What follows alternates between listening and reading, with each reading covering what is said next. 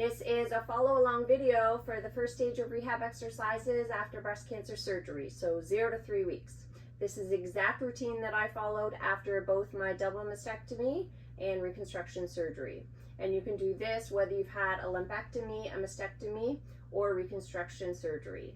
Hi, I'm Erica. I'm a breast cancer thriver and a chiropractor. If you haven't watched the first video for this stage, it's a good reference as it covers all the little details about the exercises, some common errors, and the goals at this stage. In terms of equipment, you'll need a small weight for one of the exercises. You can use anything under 5 pounds or even a water bottle that's filled up. And then another exercise uses a small ball like a tennis ball or lacrosse ball, but that's optional. How often should you be doing these exercises? The goal is to do them 3 times a day, every day, for the first 3 weeks after surgery. The repetitions for each of the exercises is listed in the description below. There are 8 exercises in total for this stage. The first exercise is hand pumps. I'm going to show the movement with one arm only. If you had a double mastectomy, then I would do both arms at the same time. If you had a lumpectomy or single mastectomy, then you can just do this on your affected side. There is an option to squeeze a ball rather than making a fist, but this is optional. Raise your arm to about shoulder height, and you're going to be alternating between making a fist and then opening your hand back up. You can hold a few seconds each time you make a fist, and then repeat this for 10 repetitions. As you progress, you can work your way towards doing this with a straighter arm and raising your arm slightly higher. This exercise works by using gravity and the pumping action of your muscles to help to reduce swelling and lymphedema.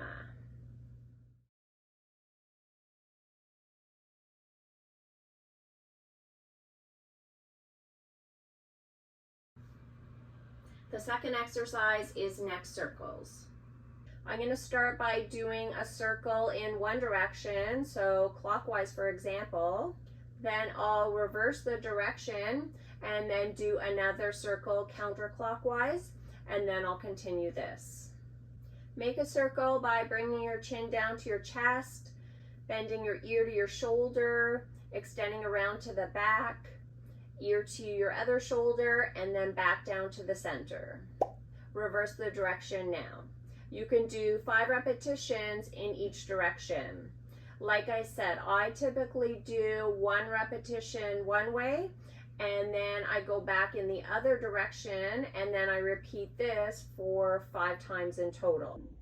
Alternatively, you could do all 5 repetitions in one direction and then switch to doing the other 5 repetitions in the other direction after that. It's up to you, whatever works best. The aim is to go through the biggest range of motion possible in all directions. There may be some sticking point or areas of extra tension as you move through that arc. It's usually felt in that diagonal position to the back where you're going from the side to the back or the back to the side. The neck is a really common area for added tension when our shoulder function is so compromised after breast cancer surgery.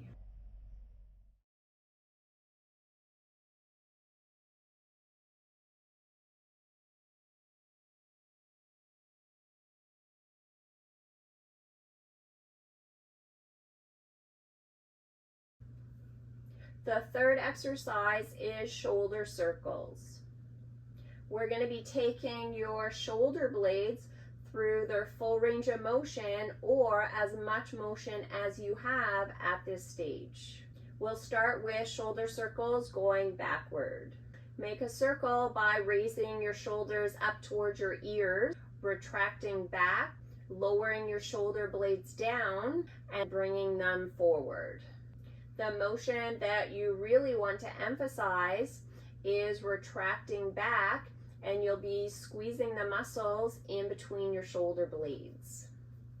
Just like the last exercise, the goal is to go through the biggest range of motion that you have in all directions. Once you do 5 repetitions going backward, you can repeat the same thing going forward. This exercise activates all of the little muscles surrounding the shoulder blades, which are important for stability, especially after breast cancer surgery. This exercise is also helpful to teach your body and your brain that it's okay to go into these new ranges of motion post-surgery, because there can often be some hesitation with movement. Shoulder raises are done in 3 positions: to the front, to the side, and to the back. As a heads up for all of the positions, I'm going to show the movements using both arms. You can just do your affected side, but it is a good idea to do both sides even if you didn't have a double mastectomy. There's a lot of compensation that can happen after surgery, and it's also a good comparison to see where you're at side to side. Let's start with shoulder raises to the front. You're going to be raising your arms up and down for this one. Lift your arms up to about shoulder level or whatever level you feel comfortable with. You can repeat this for 10 repetitions. Try to keep your arms straight on the way up and the way down, which is easier said than done, because if you bend your arms, you can usually raise them a little bit higher. I usually did this exercise with my thumbs pointing up rather than the back of my hands pointing up towards the ceiling. This is an easier position on the shoulder, and I also found it more comfortable.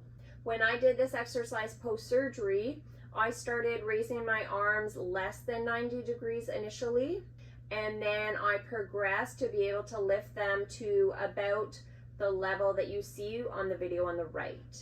Check with your healthcare team on the limits of how high to raise your arms, as some prefer you not to raise your arms above a certain level, say 90 degrees or so, initially post-surgery.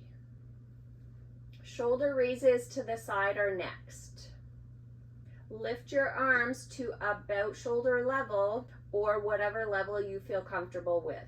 Keep your palms facing forward for this one, and then you can repeat this for 10 repetitions. It's okay to feel a mild stretching sensation, but if you feel this stretching or pulling at your incision site, then you're likely past your threshold. So you'll want to reduce your range of motion in that case. I definitely remember feeling a pull in my outer chest after both of my surgeries.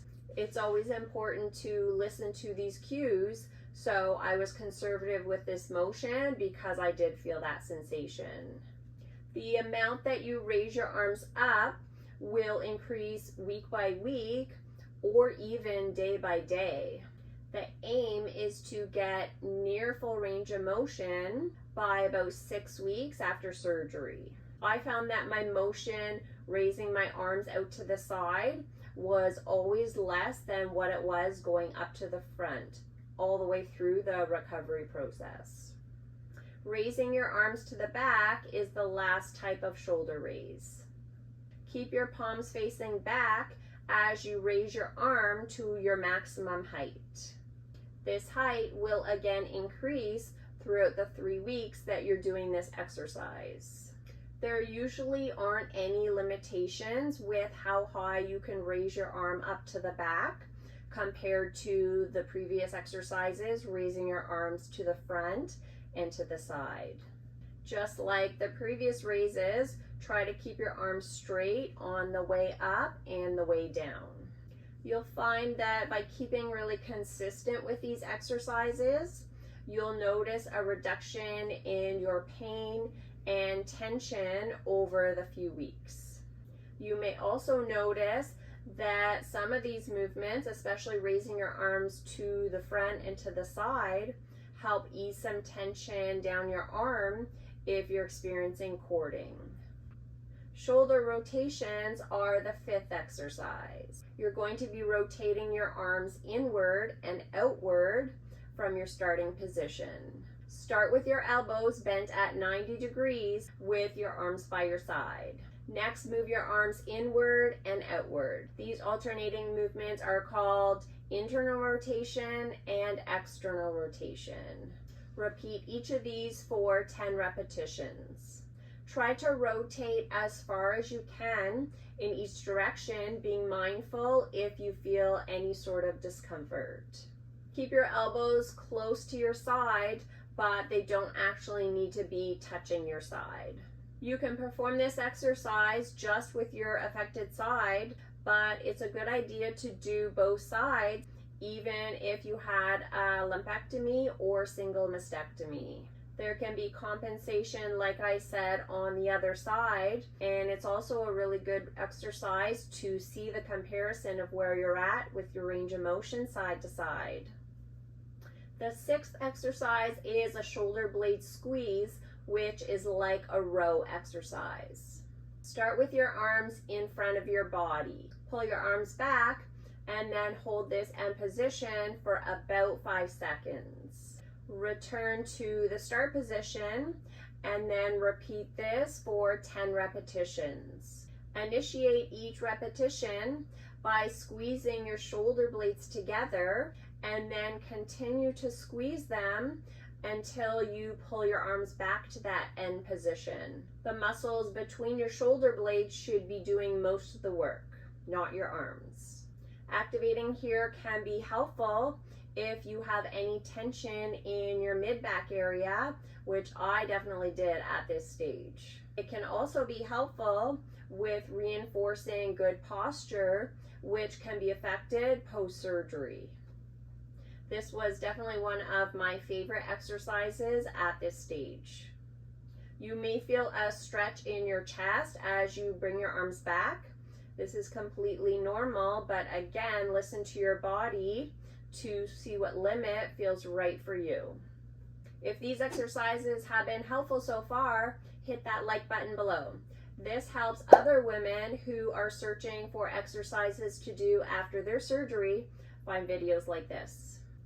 Arm lifts are the seventh exercise. This is an up and down motion with your arms in front of your body.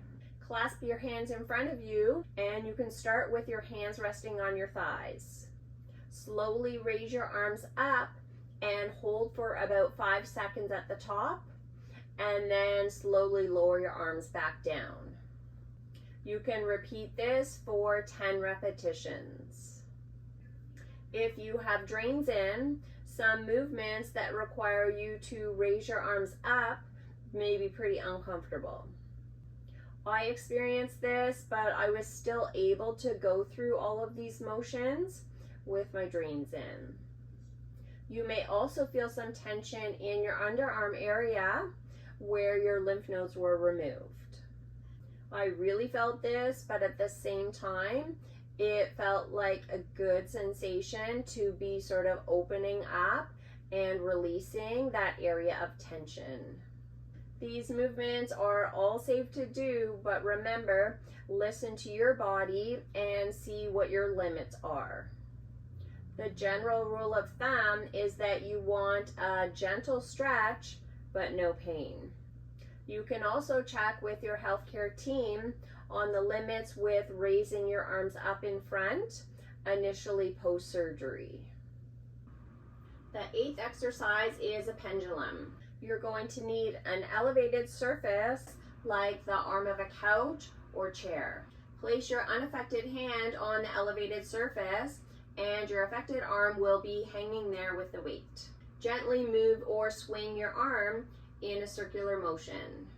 Try to let your arm hang freely as you're doing this, so you don't want to feel rigid like you're holding tension in your arm as you're doing the circles.